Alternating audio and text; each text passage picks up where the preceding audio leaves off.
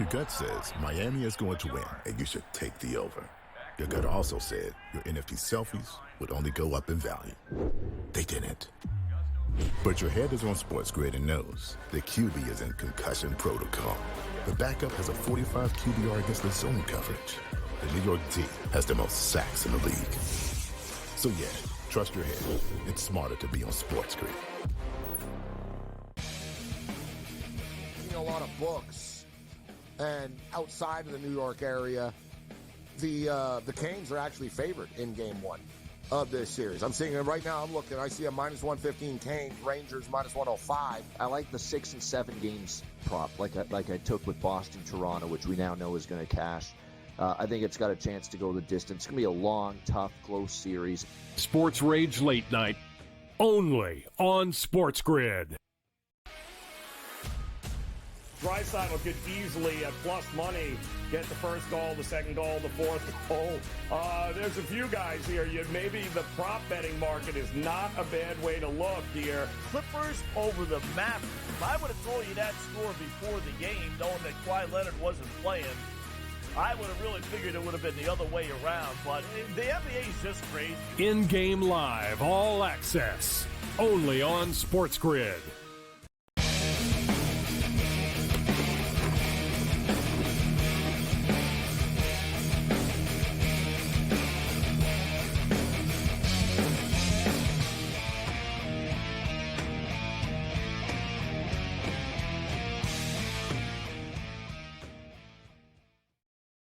Let's roll. Level 3 has begun. This is Sports Rage. I am Gabriel Morency, the pitch, the players, the hustlers, the people to bust them, and everybody else in between.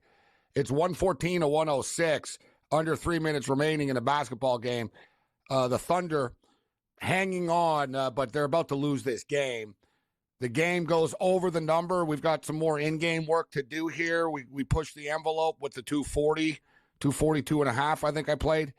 What do I got? Oh, boy, I thought I had a 228 and a half. I don't know why I thought I had a 228 and a half. I don't. It's 236 and a half. I actually just said to myself, I'm like, well, you know what? I won't hit the 240, but we'll get the 228 and a half. Can we get the 236 and a half? Maybe. Depending on Oklahoma City. If they don't, they're not tapping out, but at some point they will. Like, and you know, I mean, I'm talking about like even the precious 30 seconds or 40 seconds, like the last couple of possessions of the game. If they play this to the final whistle, I think we could maybe get there. I'm being optimistic right now. I don't know why, because I should expect the worst, but we're at 225 with 2 minutes left. Crazier things have happened. They need to hit a couple of threes.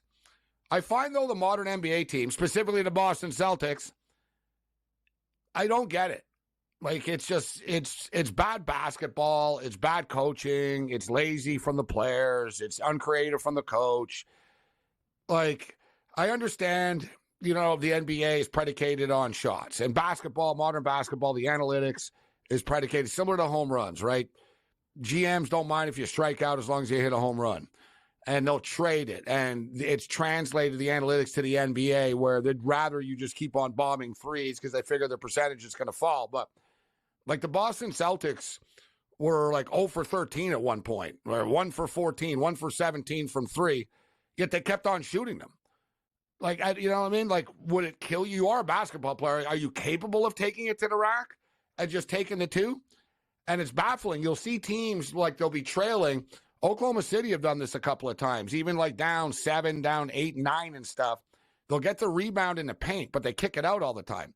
It's like, you know, you could have just tried to score yourself and get the two. You were right there and maybe got a foul and get to the free throw line, but they don't. Right? Like, you know, there's a lot of baffling stuff. So it's 117 to 108 right now. There's a timeout with 2 minutes left. So we'll keep our eye on this game as it comes down to the wire. Griffin Murphy's going to step up and in from Doc Sports. We talked about the over 5.5 in the Colorado and the Dallas game. Colorado have scored, so it's 4-1. Now they're 5. They'll pull their goalie even down 3, and Dallas will probably score again, or Colorado will score again. So it looks like that 5.5 will hit. There's still 12 minutes left in that game. So we're going to be at the Vancouver Canuck Edmonton Oiler game tomorrow night. I went to one playoff game, right? I said I would go to one game per series. I'd like to go to more. I would go to more, but I don't like taking nights off and not doing the show. But at the same point in time, a couple of times a year, there's going to be a couple of sporting events that I'm going to have to go to. And this is just one of those, yeah, we got to be there. Now, if it goes 7 games, I think it's next Thursday, which, that would be, it is what it is. But I said, I like to go to one game per series. So we saw one game against Nashville and they won. And I'm hoping that this trend continues as they're coming off the win, because we're going to load up tomorrow, especially coming off a rough night tonight.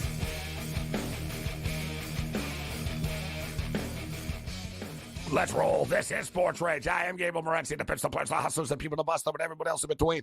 Level 3 has begun for some of you, continues. Shout out to all of our AM radio affiliates, ESPN Radio, the 50,000 watt juggernaut, the Mighty 1090, ESPN Radio in the house, SoCal stepping up and in.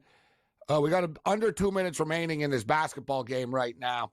The Oklahoma City Thunder have been trailing most of the night. They came back and tied it, and then Dallas punched them back in the mouth. So 117-108 with about $140 left in this game. The game's already gone over the number. Oklahoma City are going to be going to the free throw line once again. We'll see if there's some sort of miraculous comeback, because there's been comebacks across the board in the sports world. Although tonight, the Boston Celtics did not come back. And, man, it's been a couple of years now with this Boston Celtic team. I'd say about 3 years now that the Boston Celtics have been favorites to win the championship all the time. Like, the Boston Celtics are kind of like the Edmonton Oilers. Like, the Oilers are favored to win the cup, even though they have a hard time winning playoff series.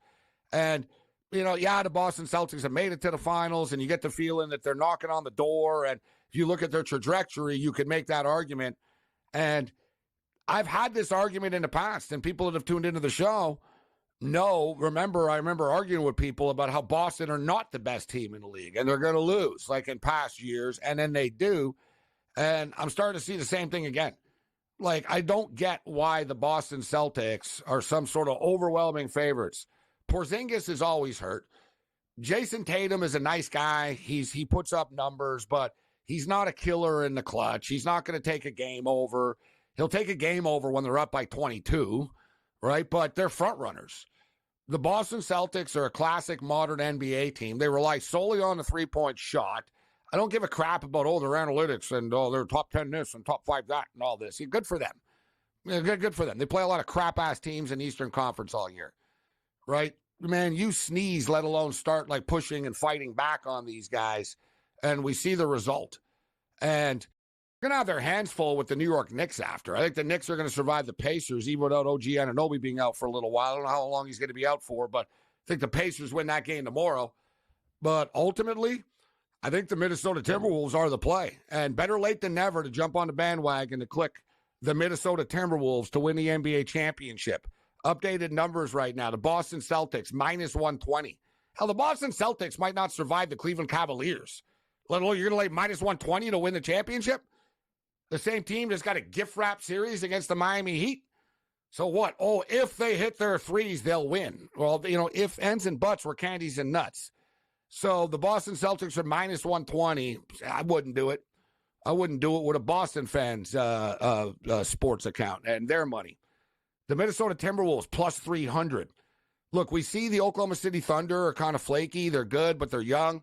The Dallas Mavericks are up and down, and they're kind of a two-man operation.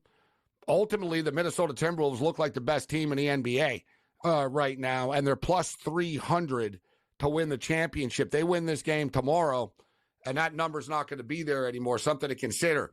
We'll get Griffin Murphy's take from Vegas, going to step up, and then from the Strip, and we'll get his take on the NBA futures and Friday night's card. OG Anunoby will be out for the New York Knicks on Friday night against the Pacers. And we love the over in the first 2 games of this series. And both of them cruised over the number. They posted a soft 217 in the first game, sailed over. We got to the 230s. They posted a 218.5 in game 2. It went up to 222.5, and then it went all the way back down to 218 again, and we saw what happened. It was another track meet. So now They posted, and remember last night, guys, we were doing the live numbers. It was 225 and a half, 226 and a half. It's 222 right now. This game's going to go over even more so with an OG Anunoby.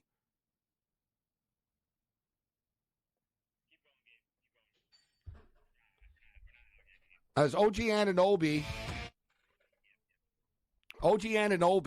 and his defensive presence on the court, and we saw how he affected Pascal Siakam. OG Anunoby is going to affect anybody on the court, right? He's that good defensively. But the thing is, he was a longtime teammate of Pascal Siakam with the Toronto Raptors. They both basically got traded around the same time. They both won a championship together as well. So you saw OG was giving Pascal some problems last night.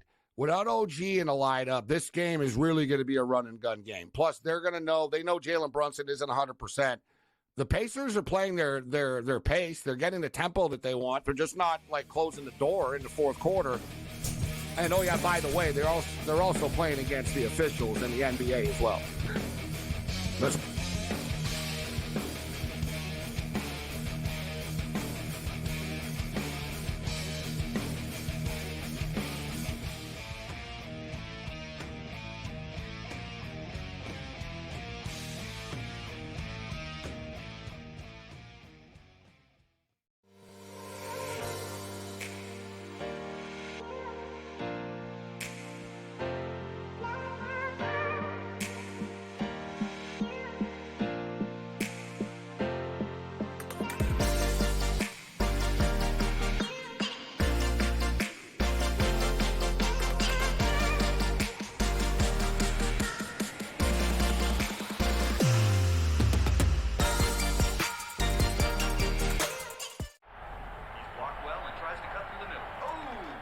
Your gut says Miami is going to win, and you should take the over.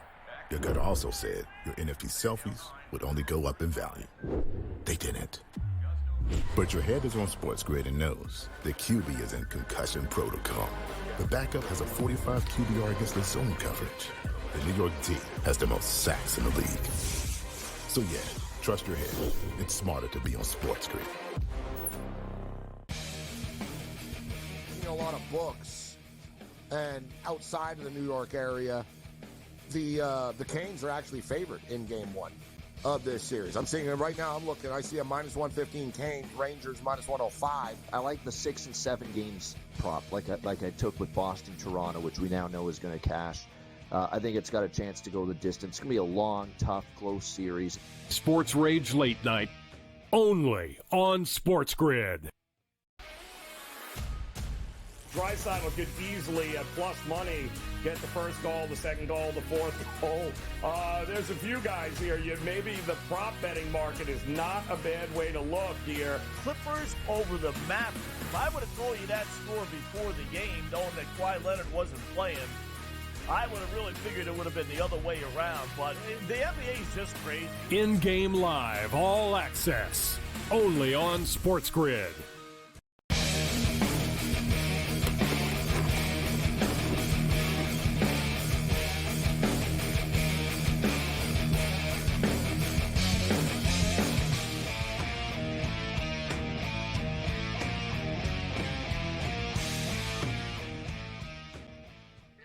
This is SportsRage. I am Morency. 119-110 final score. Dallas Mavericks win. 119-110. We don't get our 236 and a half. We hit the original over in the game, but listen, sometimes you're the eagle and sometimes you're the statue. We were the statue after that. As the Oklahoma City Thunder, they just couldn't get over the hump late in the game. And they got a lot of numbers from players. Like SGA went off, Alexander. They had a lot of production from people.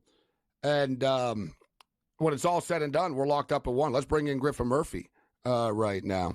Griff, good to see you. How you doing? Gabe, I'm always living the dream, brother. Another day in Vegas, another day in paradise, man. Happy to be on the Rager with you. As always, happy to see your face. How have you been, my friend? I know Vancouver's rolling. Ready to go to another game tomorrow. I seen your first one, your first tweet, had me all jacked up. Love it. Ready for some more energy, my man. Yeah, they came back last night from a 4-1 deficit. Wild stuff. We were live on the air as it was happening, but I'm not overly impressed tonight. And I shake off losses. If I bet a game and I lose, you move on, you win, you lose. But I'm upset more so with myself and the picks. And just sort of, the in-game mistakes that I made here tonight.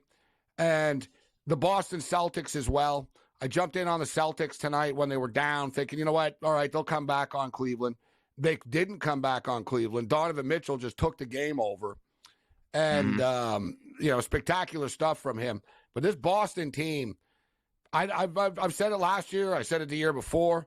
I don't understand why they're always prohibitive favorites to win the championship. Like, they have a hard time winning games and winning series, let alone winning championships, yet they're, even right now, they just lost tonight as double-digit favorites again for like the 6th time this year by double digits. They're minus 20 to win the championship right now. The Minnesota Timberwolves are plus 300. The Mavericks with this win right now are plus 850. The Thunder are plus 850, and the Knicks are 14-1. Nuggets 16, Pacers 65, Cavs 80. But in the big picture, I think the Celtics will lose. I don't think they're going to win the championship. Gabe, I'm not going to disagree with you on this aspect, just due to the fact that we've seen the Celtics here so many times before. And what we can't disagree on is they have the depth. They have everybody that they need in order to actually excel. They do, though. They do. And I have to put it here like this. Listen, tonight, we know what we expected. We expected Tatum and Brown to go completely off.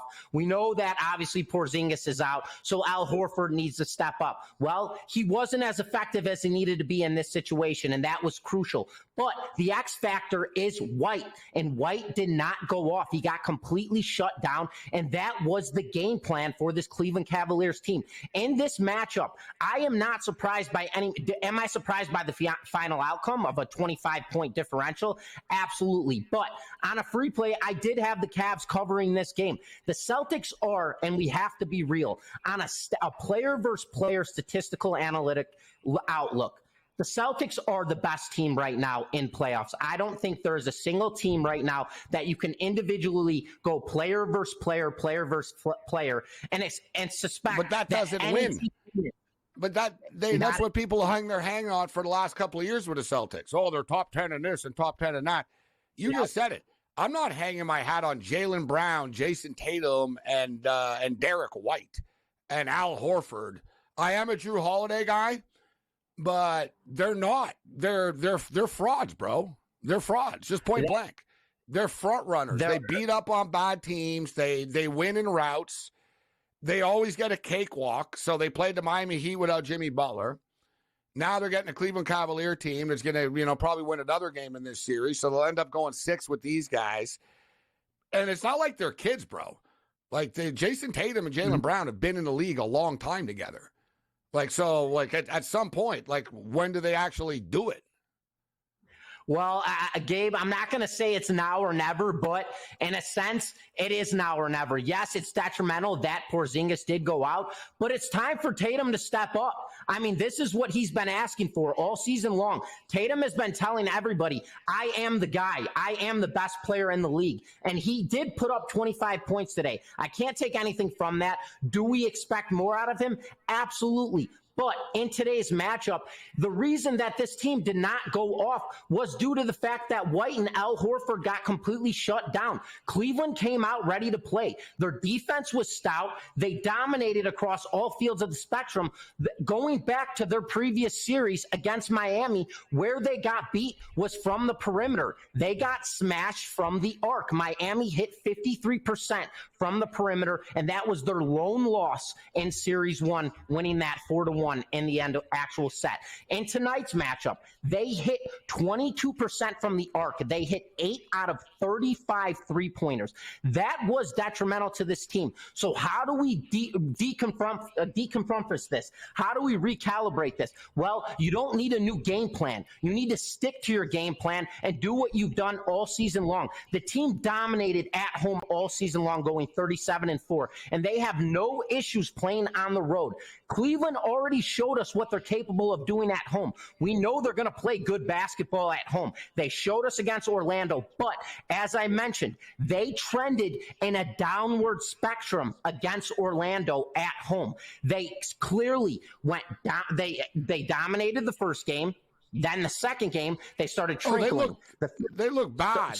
They look terrible against Orlando, and they just smoked the Boston Celtics as double-digit underdogs in Boston. You see what I'm saying? Like, I completely hear. Like if this was the NCAA tournament, they just got bounced by like a 12 seed. Right. You know what I'm saying? In the second round. That's what it would be. And that's as bad as it gets. I mean, as simply as it's put, I've watched this Celtics team play all season long. And Gabe, I got to be real with you, man. They haven't disappointed me. They have not. They have played like the number one basketball team. Yeah, but the regular season, Griffin, the regular season and the playoffs are two completely different things. It's like the Edmonton Oilers. And the Oilers are like the Celtics. They're favorites to win the cup every year. Man, they never win. That's where I want to get into Minnesota, baby. That playoff atmosphere where they're firing off.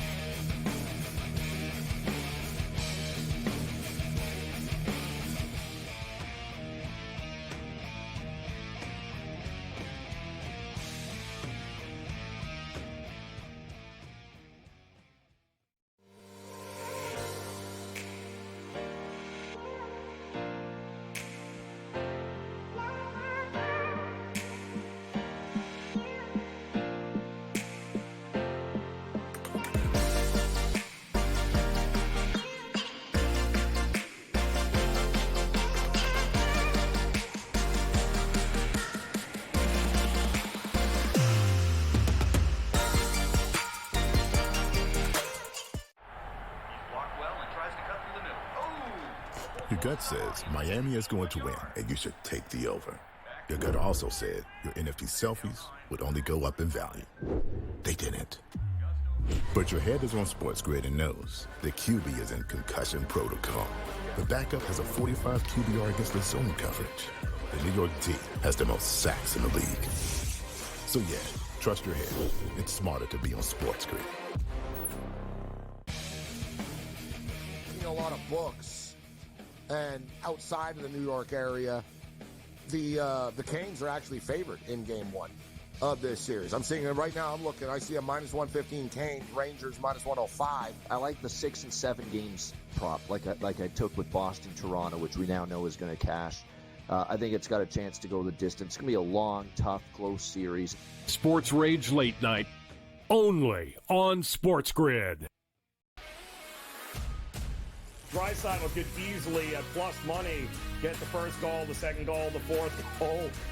There's a few guys here. Maybe the prop betting market is not a bad way to look here. Clippers over the Mavericks. If I would have told you that score before the game, knowing that Kawhi Leonard wasn't playing, I would have really figured it would have been the other way around. But the NBA is just crazy. In-game live, all access, only on SportsGrid.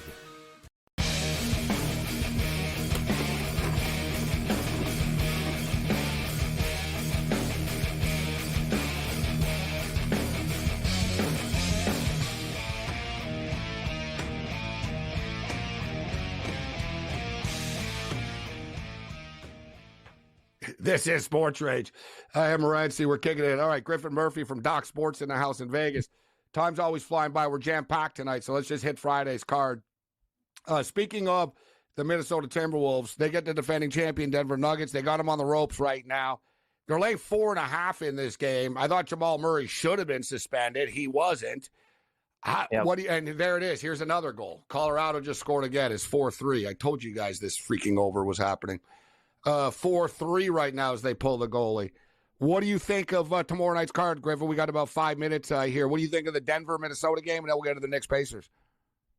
So with Minnesota, Gabe, just like we mentioned, you just talked about the Celtics and how this is no longer regular season basketball. This is playoff atmosphere. And that is exactly what this Minnesota Timberwolves team is taking advantage of. They've got a 2-0 lead over the Denver Nuggets, who are supposed to be obviously the 1-2 contender in the entire NBA right now. But how do you defend when you have Towns and Edwards both dropping over 25 points on the offensive side, and you're backed up by the number one defense in all of basketball. The defense finally showed up against this Denver Nuggets team. They shut them down. Joker shut down to 16 points, 16 boards. 16 boards and 16 points is not bad by any means, but you're going to need a whole lot more help from that going deeper into this, especially in the postseason.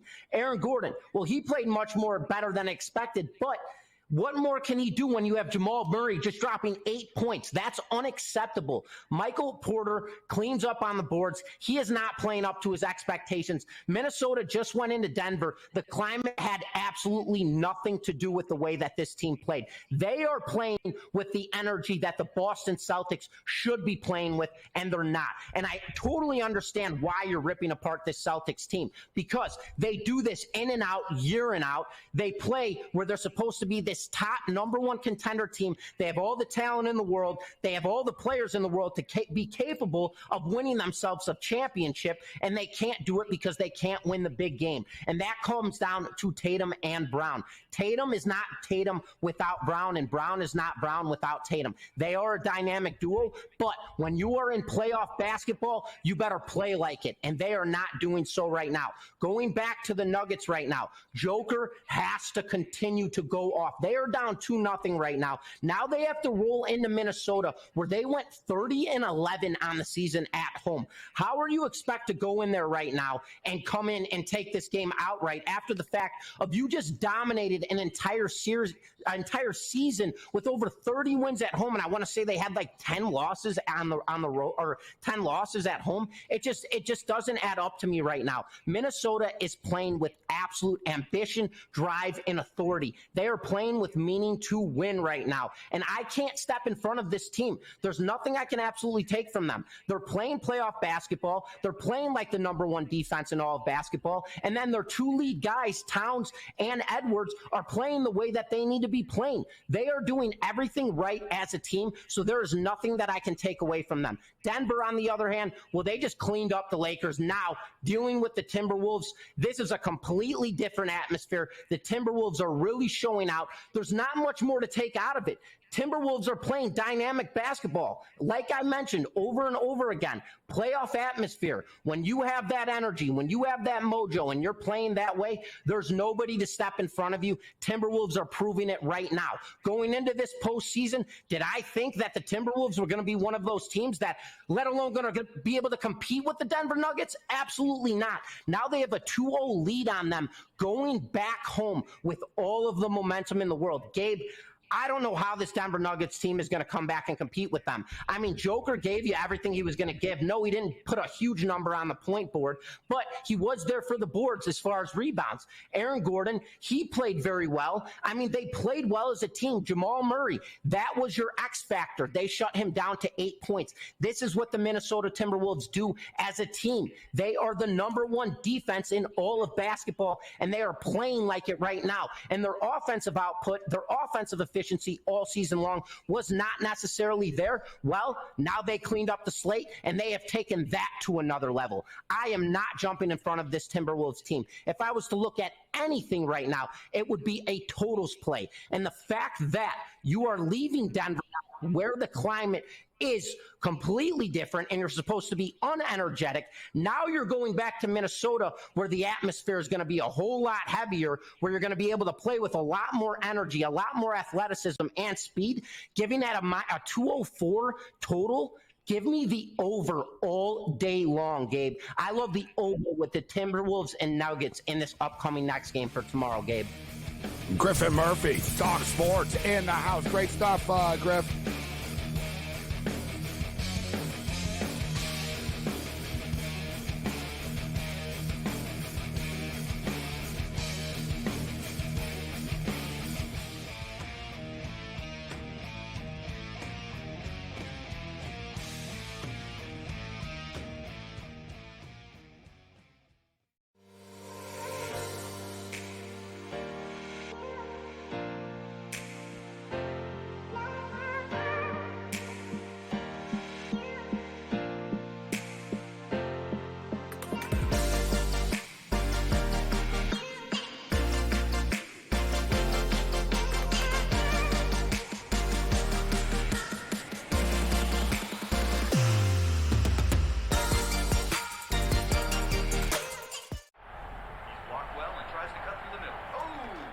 Your gut says Miami is going to win, and you should take the over.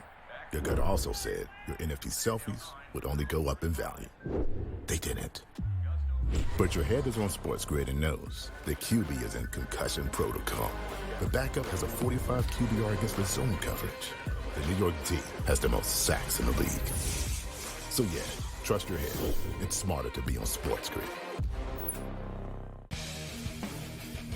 A lot of books, and outside of the New York area, the Canes are actually favored in Game 1 of this series. I'm seeing it right now. I'm looking. I see a minus 115 Canes, Rangers minus 105. I like the 6 and 7 games prop, like I took with Boston, Toronto, which we now know is going to cash. I think it's got a chance to go the distance. It's going to be a long, tough, close series. SportsRage Late Night, only on SportsGrid. Draisaitl could easily, at plus money, get the first goal, the second goal, the fourth goal. There's a few guys here. Maybe the prop betting market is not a bad way to look here. Clippers over the map. I would have told you that score before the game, knowing that Kawhi Leonard wasn't playing. I would have really figured it would have been the other way around, but the NBA is just crazy. In-game live, all access, only on SportsGrid.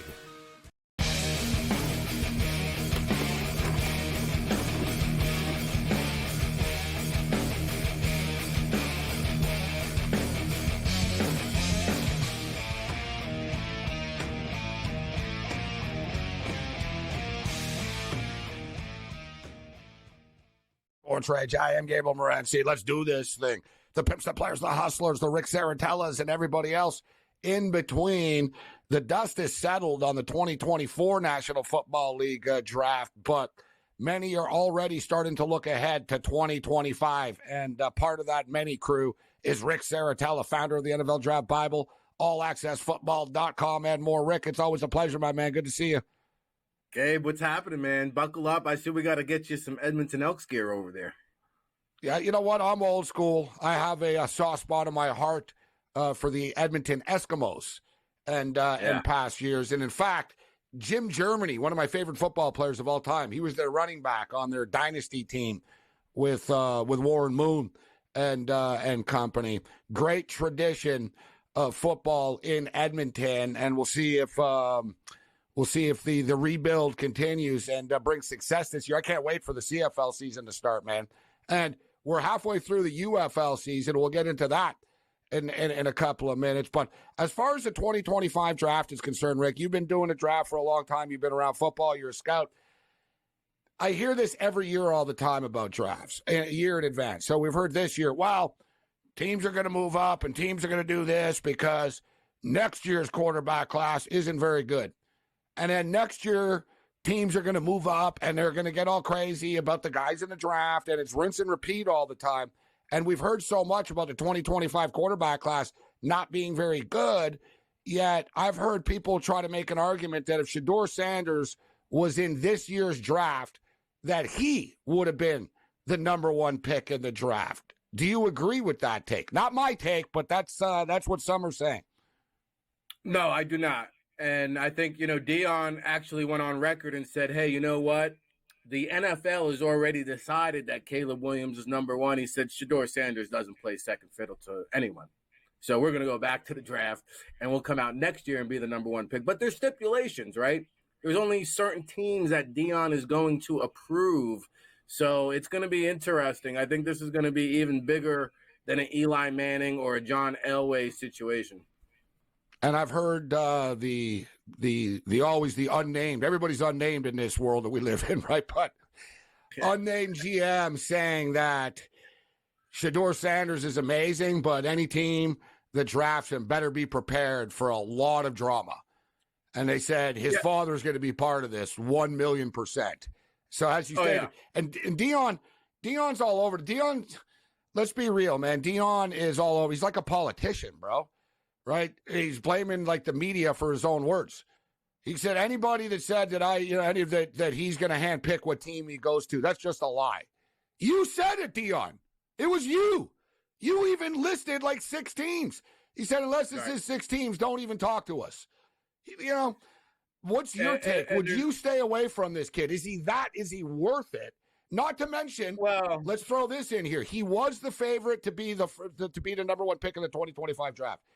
He gets into the Twitter drama because he doesn't like that a player that transferred took a shot at his dad on the way out and said, whatever, Dion ain't all that as a coach. And then he jumped in, and then his stock fell as far as the odds are concerned. What are you hearing? Are NFL people scared of Shedeur Sanders' character? well, I don't think they're scared of Shedeur Sanders' character. If you listen to him speak, he's actually a very bright young mind. He's actually maybe too smart for his own good. He has too much confidence. He's crossed the border of humble. And that's the thing with Dion, right? There's always going to be. That's a great. Yeah, he's way past that border, bro. Showing his watch to people and stuff. Yeah. So you get the humble brag, and then you get the boisterous brag, and he's the son of primetime. There's always going to be controversy. Like his daughter already transferred from the Colorado basketball team. Now Shedeur and Shiloh are going to be moving on to the NFL. There's already talk like Dion's 2 and done in Colorado. But I think the problem here is if you're an NFL organization, like if you're Atlanta, yeah, we're cool with Dion, right? But like it's interesting how the game of football works because like say you're the New York Giants and you have Shedeur Sanders number 1 on your board. This kid can make all he's a gamer. But say Shedeur Sanders is number 1. Him and the Maras, bro. That doesn't mesh. Well, once upon a time, back in say circa 1991, Deion Sanders shunned the New York Giants. He put his nose up in the air. He said, "I only interview with teams that are picking in the top 5." The Giants were picking number 9 that year, I believe. He did not interview with the Giants. So I don't see an owner like John Mara getting on board with. It's all in the family, right? It's a combo package deal. And we talked about it leading up to the draft with Marvin Harrison and his father. Like, there was a lot of headaches there. They done it. Like, he's the only rookie that didn't sign the NFL. He still hasn't signed a licensing deal. And so, like, that's what you're starting to get these CEO players. Like, Caleb Williams is a CEO player. That's what you're getting with Shedeur Sanders. You're getting a whole entity. And you've seen it, Rick, being around the Senior Bowls of the world and stuff, in which guys are like, no, I'm not going to do that, right? Even at the Combine, no, I'm not going to do that. In the old days, it would be like, no, you better do it or else. Yeah, it's a different mentality now. I think the NFL is somewhat in the crossroads with the way everything is made for prime time, the draft, the Combine, everything's about that dollar. NIL, and I think you're kind of going to start seeing that in the draft next. But I'll tell you what, if you're the Tennessee Titans and you're picking number 1 overall and the Will Levis experiment is a debacle, well, then you might be willing to overlook some of these factors. Hey, hold on. I'm just going to throw some in there. I like the Titans off season, and I like their win total. They will not. I was thinking about that. Who is going to be? The Carolina Panthers, actually. They're going to have a Bryce Young issue. They're going to be like, damn, we got Bryce Young, but you know what I mean? So these are the updated odds right now. Carson Beck, quarterback of the Georgia Bulldogs, is now the favorite. Rick at plus 300. Shedeur Sanders is plus 450. Then it's Quinn Ewers at 14-1. Cam Ward on this list at 17-1 at the sports books. But what's your take on Carson Beck? Matthew Stafford's a Georgia Bulldog quarterback, but for the most part, as good as their program is, their quarterbacks aren't stars. Is Carson Beck a star and worthy of being a top pick in the NFL draft, in your opinion? Well, I think he might be worthy of the top pick. I think that, if you're comparing him to Shedeur Sanders, give me the upside of a Shedeur Sanders. If you want the safer pick, Carson Beck is going to be an adequate starter. I think his ceiling is limited, but his floor is high. Now, you want a dark horse for that Heisman or that number 1 overall pick you're talking about, Jackson Dart from Ole Miss. Now, I'm going to tell you something here, Gabe. Ole Miss has a very, very, very strong path to a national championship this season. His mentor, Nick Saban, out of the way. Okay. It's playoffs or bust for Ole Miss this year. Oh, the tree has never been more ripe for the Lane train. And I got news for you. Jackson Dart, keep an eye on this young man because, every year there's a quarterback, whether it be Joe Burrow, Kyler Murray. Yeah, he's been around a while, Rick, right? So he's starting to develop. You like the growth of the way he's growing? Started at USC, of course, right? And then went to Ole Miss. Well, yeah, and so he took over for Matty Corral, and what Dart does, he throws a dart, but he also can extend plays in the pocket. He has that mobility you're looking for, prototypical size, strong arm, plays for an offensive guru. I think Jackson Dart is that guy. Like, if you're looking for the quarterback to ascend, I think he's that dude. Rick Saratella kicking it with us. Rick, we got about 30 seconds on this. Quinn Ewers. Listen, he was a big-time recruit out of high school. I saw like one of those YouTube trick shot videos that he did as a kid, and I really was amazed. Like, he was throwing it in garbage cans 75 yards down the field, bro. Like, it was like, whoa, who's this kid? Who's this blonde kid from Texas? Just looks like that prototypical. You know, he's had his ups and downs, but what about him? You know, we'll hit him on the other side. But you talked about Ole Miss. Now Texas going into the SEC, man. Sarkisian's got something going on there. They got some. You know, you've got a good football team when Archie Manning can't be your starting quarterback.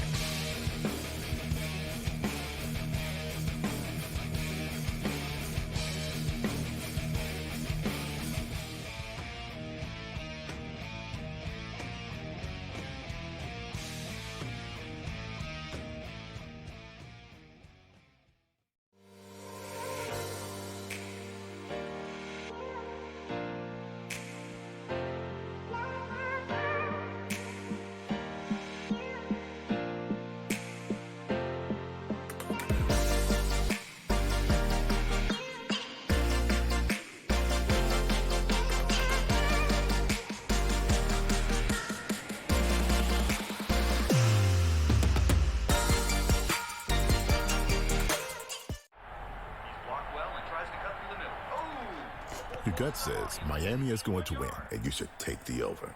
Your gut also said your NFT selfies would only go up in value. They didn't. But your head is on SportsGrid and knows the QB is in concussion protocol. The backup has a 45 QBR against the zone coverage. The New York D has the most sacks in the league. So yeah, trust your head. It's smarter to be on SportsGrid. A lot of books, and outside of the New York area, the Canes are actually favored in Game 1 of this series. I'm seeing it right now. I'm looking. I see a -115 Canes, Rangers -105. I like the 6 and 7 games prop, like I took with Boston, Toronto, which we now know is going to cash.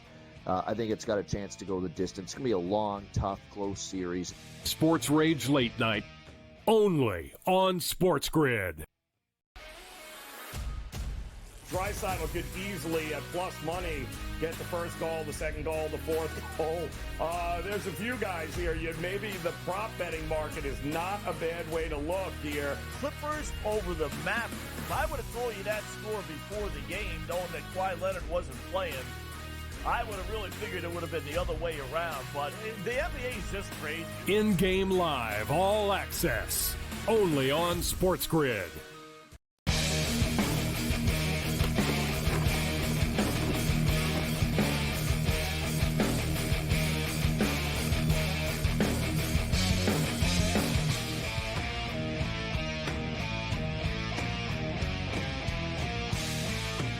Let's roll. This is Sports Rage. I am Morency. We're breaking it down with Rick Saratella. Shout out to everybody joining us on all of our affiliates, Sirius XM Channel 159 of the SportsGrid Radio and Television Network. I'm getting fired up, man. Yeah, it's the NHL and the NBA playoffs, but football never sleeps. Neither does the Rage, and neither do the sports books and the markets. Always evolving. And sounds like you're fired up about Jackson Dart. You're fired up about Ole Miss football coming into the year. Texas. Sarkisian's got something going on, so much so that he could have went to Alabama. He said, no, I got a good thing going here. What's your take on Quinn Ewers as far as his NFL draft prospects are concerned? Yeah, streaky player. You know, two questions about Quinn Ewers is durability. Can he stay healthy, right? Consistency. Yeah, not because the when biggest he's on, dude. he's as good as him. Not the biggest dude. You know, he got the strong arm. He can make the throws now. Can he hold off Arch Manning? That's the other question. You alluded to that in the previous segment. Arch Manning is breathing down his neck, and if Ewers goes down again to injury, like he's done in each of the last two seasons, if he leaves the door open a crack, Arch Manning might just knock it down, right? And it just might demolish Quinn Ewers' draft stock. He's a round 2 grade for me. I think he can move up into the first round category. Now, you mentioned like Sark. The Sark is circling the tank. I'll tell you another coach in Oregon, what Dan Lanning is doing. Dan Lanning, he's a great coach. He turned down the Alabama job too. And he brought in that Dylan Gabriel over from Oklahoma via UCF. And I'll tell you what. Oh, he's a Heisman. He's a Heisman. You want to talk about making money on a Heisman. He's going to put up some big numbers, Dylan Gabriel, bro. Yeah. Maybe bigger than Bo Nix. And he's going to break the Bo Nix record for most games started. This guy's been playing a long time. I call him the micro fridge. He just drops back and wings it. But Oregon, I think, will have something to do. And remember, it's a 12-team format now, I believe, with the college football playoff. Yeah, for another 2 years because of course. Right? They're like, well, we're on a year-to-year basis at this point. We're going to go to 16. I would just walk in and say, listen, guys, let's just save ourselves a lot of time. Just make it 24. We're going to do it in a couple of years. So just go ahead and do it. But, yeah, they started with the 4, and now we're into the 12. But there's also pressure. You talked about it. There's going to be expectations for Ole Miss to make the playoffs now because you're going to have that. You lose 2 games, you can get in, right? And, a very similar program to me. And talk to me about their quarterback and Penn State. Because James Franklin, it's sort of the same thing. He keeps on recruiting these big-time NFL players, right? I mean, Micah Parsons, Saquon Barkley. I mean, we can go on. Chop Robinson. Like, every draft, he's got a first-round pick, and he's got, like, an impactful NFL player, but he's not winning. And I know NFL people are keeping their eye on their quarterback. Yeah, I've had my eye on him, and I'm not too impressed. James. I was underwhelmed. Sorry, too. I think he needs. When I saw this on the list, when I saw Drew Lair on the list, I was like, not this year. He needs to be a star in college this year and then do it again. You know what I'm saying? Because he was mediocre last year and he struggled. Let's call it. He's nowhere near ready for the NFL. The bottom line is this. If you watched Penn State football, they couldn't win a big game because Drew Aller is scared to throw the ball downfield. This guy's a dinker and a dunker. He won't throw the ball past 5-10 yards. And when you can't make big plays, you can't score points. Yeah, but it's part of that the offense, too. They're going to have to unleash him a bit now. Listen, no. He's got to take shots downfield. He's had plays to make. He's a conservative, smart, don't make a mistake, don't turn the ball over to a default, right? Like, I'm not asking him to be a gambling man. I'm not asking him to be Brett Favre over here, but you got to take some shots downfield. Yeah, so that's the problem there in Penn State. But you talk about talent, you talk about turning out edge rushers on a year-by-year basis. Penn State will be in the top 10 again. They'll be in the expanded playoffs, and they'll fall short, just like Drew Aller's arm. All right, so NFL Defensive Rookie of the Year. We'll got a couple of minutes here. Dallas Turner, you were never convinced he was going to be the number 1 defensive player taken. He wasn't, but the fight doesn't mean he's not going to light it up. He's with the Vikings, plus 430. Latu plus 500 with the Colts. Jared Verse, both you and I were fans of Jared Verse. Jared Verse is 12-1 to be the Defensive Rookie of the Year. He should get a lot of playing time on that Ram defensive line. Quinyon Mitchell is 12-1. Terrion Arnold is 12-1. Byron Murphy is 14-1. If you had to pick a Defensive Rookie of the Year right now, who would it be? Peyton Wilson out of North Carolina State, Pittsburgh Steelers, and I also like Tyler Nubin of the New York Giants out of Minnesota. Those would be my 2 guys. I think Peyton Wilson is probably the best defensive player in this entire draft if it wasn't for the injury. 40-1. Yeah, great odds. Very good odds. I have to like what Pittsburgh have done, between the draft, bringing in Queen from Baltimore, bringing in this kid. Like, they've really shorted up. Linebackers still matter, don't they, Rick?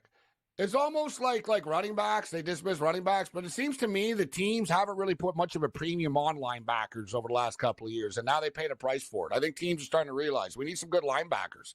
Like, they can dual threat linebackers that can stop the run and play the pass, right? You got to be strong up the middle, and if you notice, the good teams are getting back to running the ball right up the gut because you got these modern-day skinny 210, 220-pound linebackers. If you run right at them, you can move the chains, and teams are starting to figure that out. But Peyton Wilson, he's a tough SOB. I love what he brings to the table. I'm liking, like I said, I like what the Pittsburgh Steelers have done. So always thinking outside the box. I like where you're going with that. And what about offensive rookie of the year? Caleb Williams, the big favorite at plus 170. He's got a ton of weapons to work with. Jaden Daniels, 6-1. Marvin Harrison, 7-1. J.J. McCarthy, 14-1. Malik Neighbors, 14. Worthy, 20-1. What do you think about the offensive side of the football? Yeah, I'm not going to overthink this one. When you're throwing to Keenan Allen and Rome Odunze and DJ Moore. Cole Kmet. I mean, can it be Khalil Herbert? Can it be any easier for the kid? So you're big. All right, I like it. One long shot, and one chalk pick. Yeah. One long shot and one chalk. Hey, listen, the Bears, their win total is 8.5. Which it sounds like, oh, wow, they got to win 9 games. Yeah, but you know what? They won 7 games last year. And they had terrible quarterback play. And they're much more loaded right now. So it's not.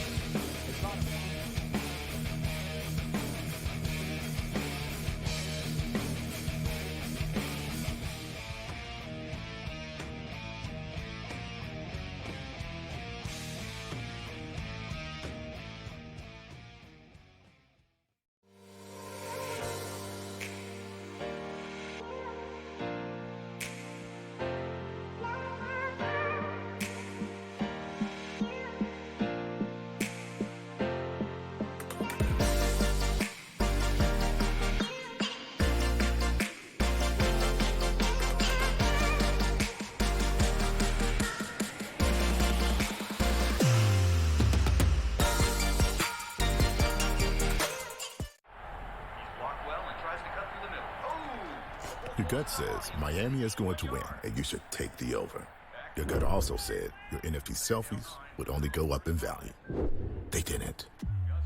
But your head is on SportsGrid and knows the QB is in concussion protocol. The backup has a 45 QBR against the zone coverage. The New York D has the most sacks in the league. So yeah, trust your head. It's smarter to be on SportsGrid. A lot of books. And outside of the New York area, the Canes are actually favored in game 1 of this series. I'm seeing it right now. I'm looking. I see a minus 115 Canes, Rangers minus 105. I like the 6 and 7 games prop, like I took with Boston, Toronto, which we now know is going to cash. I think it's got a chance to go the distance. It's going to be a long, tough, close series. SportsRage Late Night, only on SportsGrid. Draisaitl could easily, at plus money, get the first goal, the second goal, the fourth goal. There's a few guys here. Maybe the prop betting market is not a bad way to look here. Clippers over the Mavericks. If I would have told you that score before the game, knowing that Kawhi Leonard wasn't playing, I would have really figured it would have been the other way around. But the NBA is just crazy. In-game live, all access, only on SportsGrid.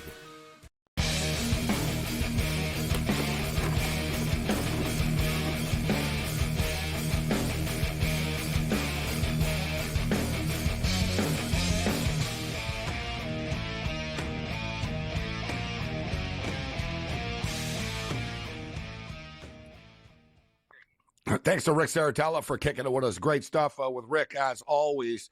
Yeah, we're not crazy. We were taking a look at the 2025 NFL draft already. And speaking of football, since we're not going to be on tomorrow night, a program alert, we're going to be on with Scott Farrell in the afternoon for our hit at 12:25 Pacific, 3:25 Eastern time. But no rage tomorrow night.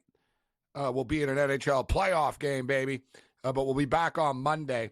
So I did wanted to get to the UFL.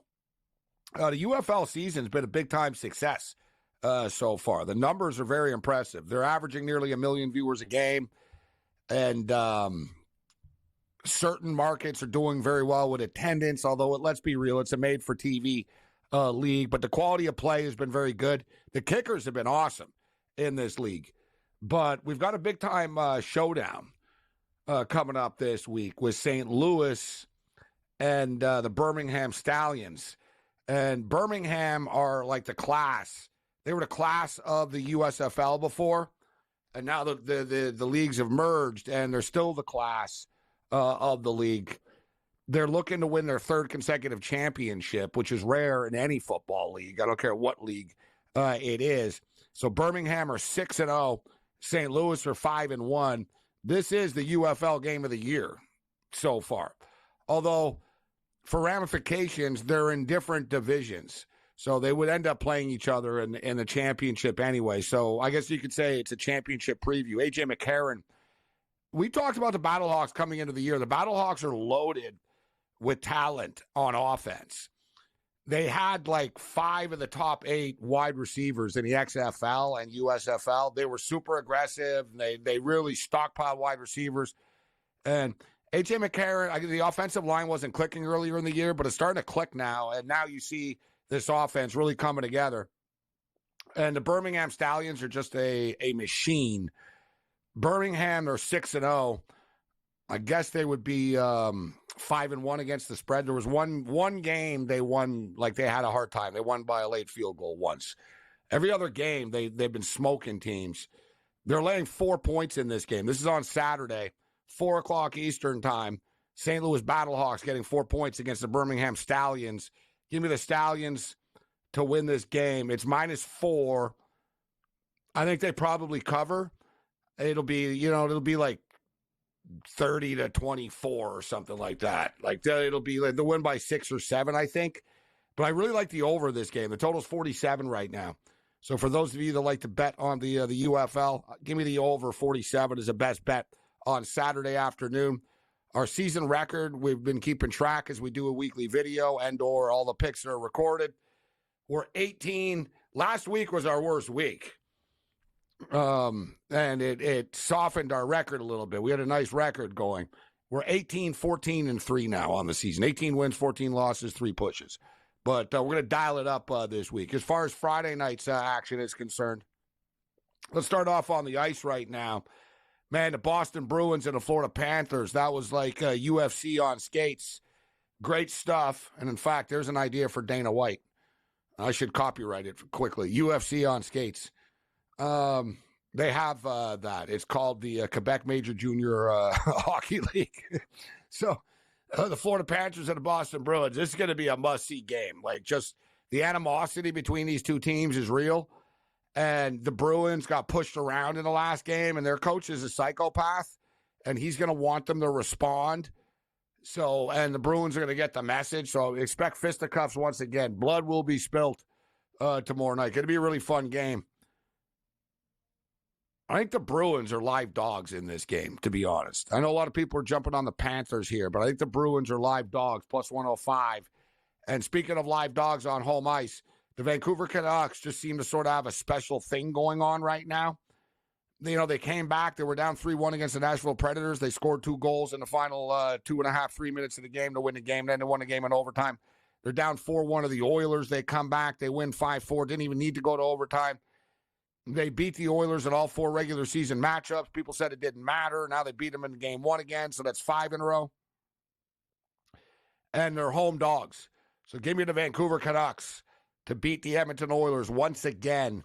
I also think it's going to go over 1.5 in the first period of play. I'm not getting in front of the Minnesota Timberwolves right now. And I love the Knicks and the Pacers game to go over the number. We've hammered the over in the first 2 games. Now OG Anunoby's going to be out, which is really going to open things up for the Pacers. He's the best defensive player on the court, for either team. So point blank, give me the over in that game. Shout out to our crew. Follow me on Twitter at SportsRage. I'll be posting pics and videos all weekend long. Other than that, you're on your own. Later.